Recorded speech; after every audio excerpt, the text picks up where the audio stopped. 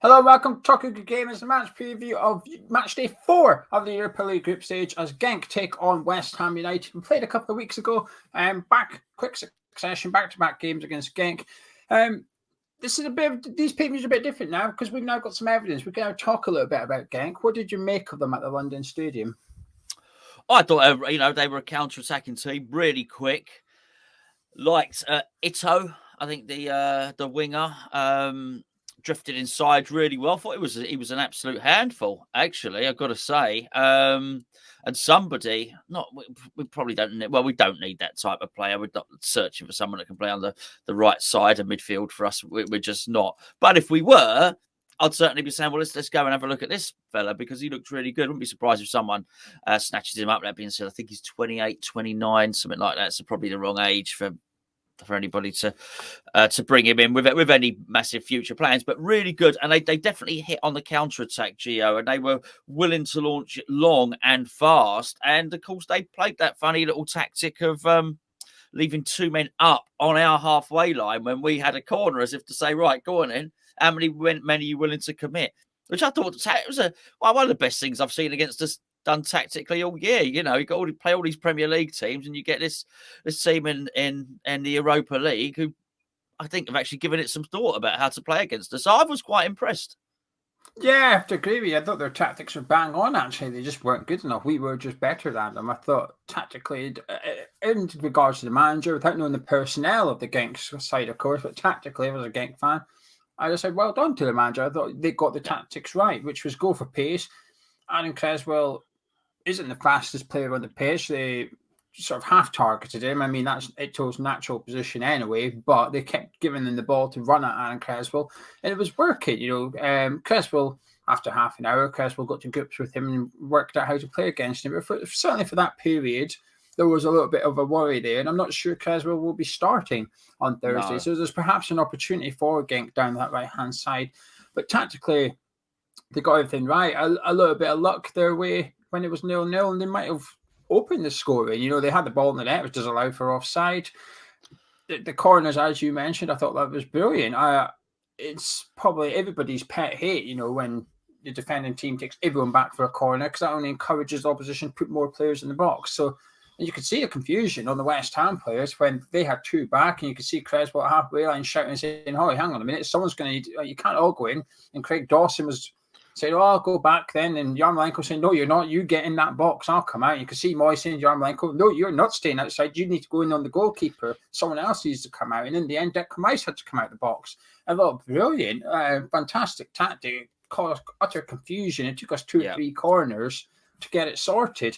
But the problem is, that sneaky tactic, they've shown the hand now. We now know about it. Do you know what I mean? They've shown it now. So Thursday, I fully expect West Ham to have 2 players back and another 2 players knowing what happens. So Lanzini perhaps will go, right, well, they keep another one back. I'm the one that drops back this time, and it's not going to be the people. Of course, that provides an advantage for West Ham attacking corners. There's less bodies in the box. It gives your runners more space to weave in and out, and it probably makes it more of a one-on-one battle in the box. And that's dangerous when you play us. I mean, we did score from it. So it provides West Ham the sneaky advantage. But do you know what else gives you a sneaky advantage, Gonzo? I absolutely do. Having the OneFootball app. That gives you a sneaky advantage of keeping up to date with all the news. I'll tell you what, Gio, the other day I downloaded the 4Football app, and quite frankly, it was rubbish. So I've gone back to the OneFootball app because that's the only one where when you download this wonderful app to your phone, it asks you, who do you follow? Not support. I actually had to look at it. Follow. Well, I follow West Ham and England. I actually did it this morning, funnily enough. And I put it on there, and it did put all the news into one place. Because I actually thought to myself, why am I getting Man City news? And it's because I'd accidentally pressed Man City as well. So I got rid of them. Why I am a plastic fan. Why am I following Man City? I wasn't. So anyway, it's an absolutely excellent app. Before I do the video every day on the forum channel, I check it out. I think, what am I going to talk about today? I get it all from the OneFootball app. It's magnificent. It's free, and it puts all your West Ham news into one place. Use the link below. Then they know you've come from Hammers Chat. And myself and Gonzo use it in every single build-up. So we do the build-up show now before the game, as we will on Thursday at 4:40, because it's a 5:45 kickoff. 4:40 we will be live, and we will be using the OneFootball app to have a look at the West Ham team, the Genk team, and also gives us a sneak preview of how they expect Genk to line up as a formation. Saves us having to do any research. There you go. Everything in the app. Get it downloaded today. Genk's not been on bad form, actually, since the London Stadium. They've played 2 games, won 2 games, and scored 12 goals. However, one of those games was against an amateur team in the cup, so you can dismiss that one. But they've got a couple of wins behind their back, and when you're in bad form, as Genk was going into the game at the London Stadium, you'll take any sort of victory, regardless of who it's against. It'll give you a little bit of a confidence boost. At the minute, Gonzo, we are sitting top 9 points. Genk, Zagreb, Vienna, all on 3 points. This is a big game for Genk, actually, if they want to get out of this group. For. Isn't it all to play for them? Yeah, certainly. And if they've had a win in the league. See, the thing is, last time we played them, they were 6th in the league. And if they've obviously climbed up slightly since then. So it's a toughie for them because they're not, I'll tell you now, 6th in the Belgium league doesn't qualify you for anything at all. So they're probably looking at it thinking, okay, we want to continue to climb there. But even Stevens, with all the other teams in our group, that is all to play for. And they will be thinking, I'll tell you what they'll be thinking. They'll be thinking, okay, West Ham have won the group. Maybe West Ham will take their foot off the pedal in this game. So maybe actually this is our chance to get some points on the board. Particularly, they'll be looking at the other team, which is not what you want at all. The other 2 teams are playing each other. They'll be wanting that to be a draw, but they'll be sort of thinking, actually, it's not. One of them's going to get 3 points, which is not going to do them any favours at all. So I think they really will be going for it in this one, actually. And so, yeah, I think they're going to be relatively dangerous opposition. Yeah, I think it's an important game for them. Funnily enough, I think at one point I was thinking, a bit unfortunate for Genk, because if we beat them, we'll rotate heavily in the next 2 games against Zagreb and Vienna. I might give them an advantage, but actually, because we have Liverpool in our next Premier League game, we might see the heavy rotation now, and it might give Genk an advantage rather than a disadvantage. So you just never know. It's interesting, but the fact that 3 teams qualify from this league and go into some sort of European progression gives them an advantage. And imagine that 4 points out of the next 3 games is enough for them to get out of the group, kind of thing. Obviously, they don't want the Europa Conference League, but yeah, I think it's a big game for Genk. And I'm expecting a tough game, actually, for some reason. This is the first time in the Europa League I thought, could be a tricky evening for West Ham, this fixture. But that's mainly because of our opponents on Sunday. We play Liverpool Sunday. Is this the first time you think we might see some major rotation for Moyes, or do you think you'll still try and include 4 or 5 what we would call first team players in there? I've got my idea on what the team might be, but I think you've got to also take into account Liverpool's situation as well. And Liverpool, whilst I've been praising West Ham's European campaign this season, Liverpool have done remarkably well. Liverpool's group is ridiculous, actually. It's ridiculous. Atletico Madrid, Porto and AC Milan. Now, that's a group, right? That's actually, I think, what European competition is all about. They're prestigious, proper clubs. Absolutely fantastic. So they're the same as us. They've got 9 points on the board after 3 games. However, Liverpool are playing Atletico Madrid. Atletico Madrid are in 2nd place in the group. I just wonder if Klopp might be thinking, I can't give anybody any advantage here, because the last thing Klopp needs is for Atletico Madrid to win that game. And Atletico Madrid are capable of winning. Okay, of course, Atletico Madrid can win against anybody.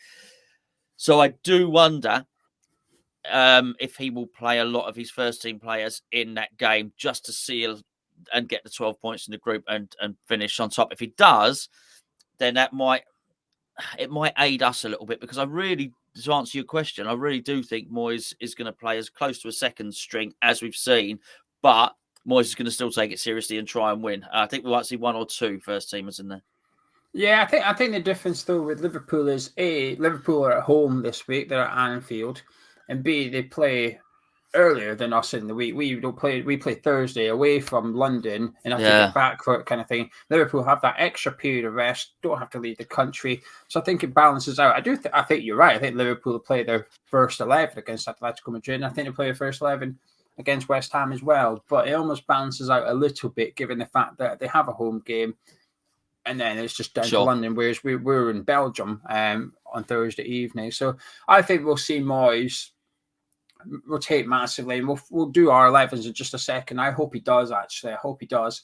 This is the fixture. I'm sort of like, I expect to win, but if we got a point, I'd be okay with that, I think. I think I'd be okay with a point, funnily enough, providing Antonio and Declan Rice get a night off kind of thing. I'd sacrifice the 2 points in order to know that 9 of our starting 11 on Sunday, if you like, didn't play a minute, and even some of them were even left back in London. I don't even want Antonio getting on the plane to Belgium. I agree with this. Yeah. Anyway, let's talk. This is what me and Gonzo want to see, not what we think we'll see. So, Gonzo, who do you like in goal for Thursday evening? Because there's a little bit of a debate at the minute who should start against Liverpool, and I think you've almost got to work backwards a little bit. I mean, you've got to think who do I want in on Sunday, and put the other one in and goal on Thursday night. I think outfield players you do. Let's be fair. I mean, a goalkeeper's going to be standing around most of the night, isn't he? So, and he's not even going to be mentally fatigued. So I think you could play Areola in both, and I certainly would do exactly that. Yeah, I'd be playing Areola on Thursday as well. I'll try and trick you there. But the reason being, you could say to him, you want to start on Sunday? Show me. You might not get enough shots fired at you kind of thing, but you've got to keep Areola on his toes a little bit, as well as Fabianski. So I'd be starting Areola for this one. Now, the back four, this is interesting, isn't it? Because there could be some changes. Soufal's obviously fit again. Unknown if Ryan Fredericks is fit or not at this point, but hypothetically, we can include him in the squad for this evening. So how would you like to see West Ham's defence line up in Genk? Well, I'd have both of those players in, actually, and particularly because I think I'd play Fredericks against the old Quickensy chops on the left-hand side, on the right-hand side of the pitch, because he's absolutely... He struggled, though. Fredericks struggled. I know, he pulled him off twice, and not like that. I know. I was surprised that the lad had the energy for it, the second time in particular. But I still do that because I still think he's got... Now, I can't shift that from my brain now. I still think he's got more chance of doing a job on him than Masuaku, who I would want to see in a similar position. I'm so sorry. Yeah, I would agree. Soufal and Fredericks, but if Fredericks is unavailable, I still want to see Harrison Ashby coming at right back or even left back, unfortunately. Rest Ben Johnson and rest especially Aaron Creswell. The poor lads played every single minute for half an hour against Genk in the last game. So I'd like to see Creswell rested for this one as much as possible, because he's going to be up against Salah on Sunday as well. Let's give Creswell the best chance of coping with the best player in the Premier League, and that means a night off on Thursday, unfortunately. Centre back, though. Now, normally it's been Craig Dawson and Issa Diop, but your video a couple of days ago, you were suggesting that Ogbona's position might be up for grabs from Diop. So, how would you like to line up in Genk? Well, I'd still play Diop here because I think they've formed a good partnership, and we want to win the game. This is the thing. I think I think what you can't do is drop Ogbonna into this formation, because Ogbonna's just played at the weekend. So you still play Diop. Again, I'll say the same as I said at the goalkeeper. Diop has not played that many games this season. Even if he were to be included against Liverpool, he can still play this game and the game against Liverpool. It's not really a massive issue, let's be fair. Just give him one of the days off training. He's a young man. So yeah, I'd still go with Dawson and Diop. Yeah, our team's lining up to be the same, I think. I wouldn't be surprised we've got the exact same 11 here. But yeah, I'd go with Dawson and Diop. So I'm not sure about swapping Ogbonna for Diop for the Liverpool game. We'll deal with that in the Liverpool preview. But again, you almost want a bit of competition between Dawson and Diop in a way, to some extent. If a centre-back position comes up for grabs in the Premier League, that actually both of them want it. We and yourself spoke about Diop possibly getting it, but no reason why Dawson wouldn't fancy himself getting in alongside Zuma, regardless of the opposition as well. So yeah, that would be the back four for me. Now, centre midfield, Alex Kral is back from his COVID. Him and Noble? You have to do that. However, I think Moyes will play Rice. What you have to do is rest Souček now, because Souček is again, he's started playing every game again. Obviously, Rice was rested against Man City, which is why I think Moyes might put Rice in. But and also what he'd said about Rice enjoying the European adventure anyway. Souček played against Man City. Souček's playing all the time. Souček has to be rested. But yes, to answer your question, I would absolutely play Kral and Noble. It's a bit of a no-brainer, really. Yeah, I agree. I also think he'll start Rice as well. But I think it's important because Kral's probably the only player in the first team that's not had enough minutes yet. And I mean the squad, the first team squad here. because one of the advantages, I did the video yesterday, about us, we should be challenging for fourth. One point I missed out, but I've covered it before, which is the Europa League allows Dawson and Diop and Vlasic to some extent. They're up to speed. They're fit. They're match fit. Yeah. So usually, if you need to rotate in the Premier League, you're bringing in a player that's not played for 4 weeks. Sometimes he's had 20 minutes here and there off the bench. That's not the case this season. You're bringing in. We had to bring in Lanzini. We're bringing in a Lanzini that's had half an hour against Aston Villa, 90 minutes against Genk, 90 minutes against Man City, or whatever it was. This is a match fit Lanzini. I think this is the difference. So this gives us I think this will give us a superior advantage in December, in particular, when the festive fixtures come around and squads are having to rotate. We're bringing in players that's used to playing twice a week, that have played plenty of minutes. They're in their peak fitness-wise. Kral's probably the only player that I'd like to have had more minutes. Now, it's not necessarily his fault because he's had the COVID and that, but even prior to COVID, there's 1 or 2 fixtures where Kral was on the bench, and I was a bit surprised at. I'd like to see him in here. We've got to have a look at the lad as well. We've got an option. Well, we've got an option to buy him at the end of the season. He's could become a permanent member of the team next season. So I want to have a proper look at Kral. I don't know if you're going to get a better fixture than the next 3 Europa League games, to be honest with you. So having Noble is a must for me. Yarmolenko started up front against Manchester City. We thought he did all right. And I thought he looked damn good against Genk, albeit on the right wing. So for me, I'd like to see Yarmolenko up front for this one, Gonzo. Yeah, absolutely. This is exactly who you've got to play in there. I was pleased as well against Man City. I love the endeavour. I love the work rate. He's due a goal, really. I think he keeps swinging the old left peg at it, and I think it's going to go in at some point. He's got too much skill and too much quality for it not to happen. So, it's vital to have him there.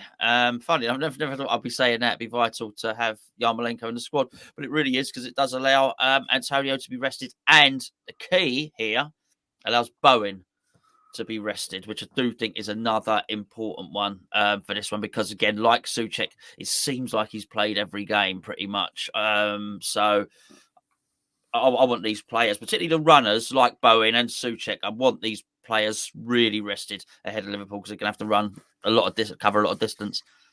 In the last Europa League game, we spoke about maybe including Ben Rama. We'd like to see Ben Rama and or Fernal start, because we felt they were a bit out of form in the Premier League. Since that conversation, we've obviously played Aston Villa. We both felt that they've somewhat continued to be a little bit out of form. They're not quite top end, Ben Rama and Fernal. So would you like either of them included, or are you going to go for the trio of Vlasic, Masuaku and Lanzini for this one? That's exactly the trio that I will go for. Yeah, absolutely. And it makes absolute sense to do that. And actually, if there are any substitutions, okay, I'd keep 1 or 2 there on the bench. As I probably wouldn't even take Fornals. I'd keep Ben Rama on the bench and possibly keep Bowen on the bench at a push, but with a view to not using him, because actually I would look to bring on one of the youngsters, maybe at Chester's or Ashby or something like that, and just do something else, whatever, push Fredericks up to right wing, or just do something else, just protect as many of the first team as possible. I think it'd be really, really smart management to do so. There's nothing wrong with that trio, by the way, that you Lanzini, Vlasic and Masuaku. Forget Lanzini, because we've spoken about him a lot right now, but Vlasic, I thought, was, worked really hard, puts in a really good shift against Manchester City. And Masuaku can carry a threat, taking the ball forward. So there's enough there in Lanzini, Masuaku and Vlasic to give Genk something to think about. Yeah, I completely agree. We've got a match in 11. We're getting good at this now. It shows the form of the players are in when we're picking the same 11. Normally we're arguing about who should play and picking the worst of the two rather than the best of the two. I think Masuaku could be man of match. This is the type of game that Masuaku could really shine, actually, where he's up against someone he's better than. He can dribble past him a few times. The right back didn't look up to any great deal for Genk in the return fixture. He ended up getting substituted, if I remember correctly. He seemed to be out of position a lot, and I thought Creswell and Vlasic was having quite a lot of joy down that left-hand side, just getting a bit of space to cross the ball into. So I think Masuaku could have a bit of fun down that side, actually, on Thursday night, just the way he is. I'm not Masuaku's biggest fan, but I do think in terms of dribbling and that, I think he's one of the best in the squad. And Vlasic, he's 27 million. There's nothing wrong with that. Lanzini's in good form. I think as an 11, I think that's a fantastic 11 for us on Thursday night. And more importantly, you can name 11 players that we've not named that are all getting a bit of a rest. The only thing I would like to see from Moyes, I know you say about bringing the youngsters on, I agree with that, but if you don't want to bring them on, I'd almost be tempted to give these players the majority of 90 minutes as possible, actually. I think sometimes, especially because you've got 5 substitutions available to you in Europa League, I think you sometimes feel a bit of pressure to do substitutions. We brought Fernandes and Ben Ramo on the last game. I don't really feel it was necessary as such. Just leave those players on. The ones that you're taking off, just leave them on. There's no point taking them off. The game is won. We don't need to see Ben Rama for 15, 20 minutes. We don't need a 4th goal. Just let Vlasic play the 90 minutes. Let the Yarmolenko play the 90 minutes. Let them try and get a goal kind of thing. Is pressure on or off for this one? I think it's off. I think it's off. It has to be some value to winning your first 3 games. And I do that. And this is a way. And the fans know. The fans are smart enough to know what the big game is here. And I honestly, if he went out there and played a completely second-string team and it was, averagely crap sort of thing, I think we'd understand. I really do. Averagely crap. Averagely crap. You don't know that one. I don't know that one. It just came out. The only thing I would say is I think Moyes will be infinitely aware of the fans. Are we allowed to travel? Yeah. There's quite a lot of West Ham fans heading out. I think Moyes will be infinitely aware of the fans that make the effort there. And I do think you have an obligation when people book flights and hotels and take time off work to travel overseas. You can't throw the game. And I don't think Moyes will. I think he'll take it, really, really seriously. However, I do think if we're not up to scratch totally, I think people will understand, certainly. I think it's almost impossible for us to throw the game these days, though, because the squad's that good and the attitude's that good. It's difficult. If we named this 11 a couple of years ago, that would be throwing the game. We'll have the second goalkeeper in. We'll have the third choice right back in. We'll bring in. We'll stick a right winger up front as well. We'll do that. That guy has played about 3 games all season. We'll bring him into centre mid. Yeah.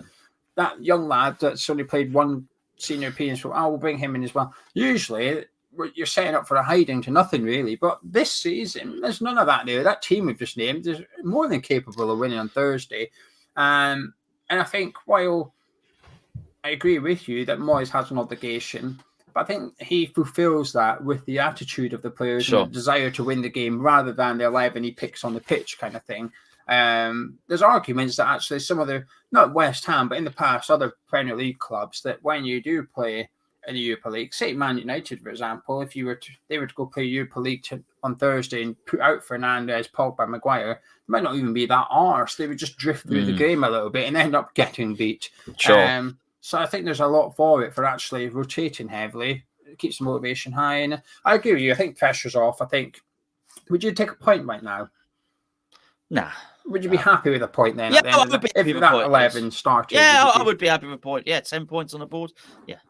Yeah, I do too. I think this is the first time this season in the Europa League I feel good with a point, actually. And 2 games to go, probably only need 1 more point to secure top. Never mind to proceed just to get top spot. Fantastic. Are you confident? Yeah, I sort of am, but I mean, it's weird. I don't think I don't know what to do if West Ham have got 12 points. If West Ham have got 12 points and don't concede a goal, I think I'll look at that table and almost won't believe what I'm seeing. So because it's very un-West Ham-like. I mean, it's weird. It is the whole thing, this whole scenario, this whole video is weird, really. Everything we're talking about, second choice 11 and cruising to top in the group and resting players ahead of Liverpool. Who I mean, let's be fair. Can we not? Do we go above Liverpool if we beat them? I believe so. I think it's ridiculous. This is a ridiculous conversation. To beat Liverpool to whatever we could go to second or and top our group in the Champions in the Europa League. It's ridiculous. It's a ridiculous conversation. I can't believe I'm having it. It doesn't even seem real. Do you know how good we are at the minute? I don't like calling them the second 11 or second string 11 because it doesn't feel like it is. It just feels like it's an extension of the first team now. It's our first 11. Instead of having a first 11, we've got a first 22. It feels that good at the minute. Usually we would call it the second team or whatever because, well, naturally you do, but it just feels like we're too good for that now. And I'm confident for Thursday, even regardless of what team we put out. Moyes could name all the kids if he wanted, and I'd still be confident and say, hey, that's what we want to do. That's what is going to win us the game, kind of thing. But I go into it with confidence, but I'm a bit, this is, like I said, I think Genk got their tactics bang on, and they have a bit of luck on the night. We put out that team. They might get a point, but I don't see us getting beat regardless of the 11 we put out there. And yeah, 12 points out of 12 would be fantastic for us. So with all that said and done, Gonzo, can I get your score prediction, please? Yeah, I think it will be Genk 1, West Ham 2. I do think we'll lose our clean sheet, but I think we get the win. They've got two major threats. I think that the big lump up front, I think he might be having nightmares about Diop, actually. Diop dealt with him on both ends of the pitch, which is really good. Let's be fair, whatever team we play, Gio, we're going to have the same threat from set pieces, and they did not like facing us at set pieces. That ain't going to change. We will have shots on goal, which means we will get corners. If we get corners, it means we'll get goals. So I think we'll win 2-1. I'm going to say Genk 0, West Ham 2. I think it'll be what we call another professional performance by West Ham in European football. Crikey, that sounds weird, isn't it? 4 professional performances on the bench of European football. Have a bit of that, and I think that'll secure top spot, actually. I wouldn't be surprised the other games are drawing. That keeps them 8 points behind us with 2 games to go. Happy days. And that's the Group 1 for us. But anyway, Gonzo, 5:45 kickoff on Thursday, so we will be live at 4:40 with our build-up show. So patrons will have our breakfast show on Thursday morning, our player rating show on Friday. We'll be live on Thursday evening with your one-stop shop for everything that you need. Build-up show, watch along, and our review. Gonzo, I'll catch you in a bit.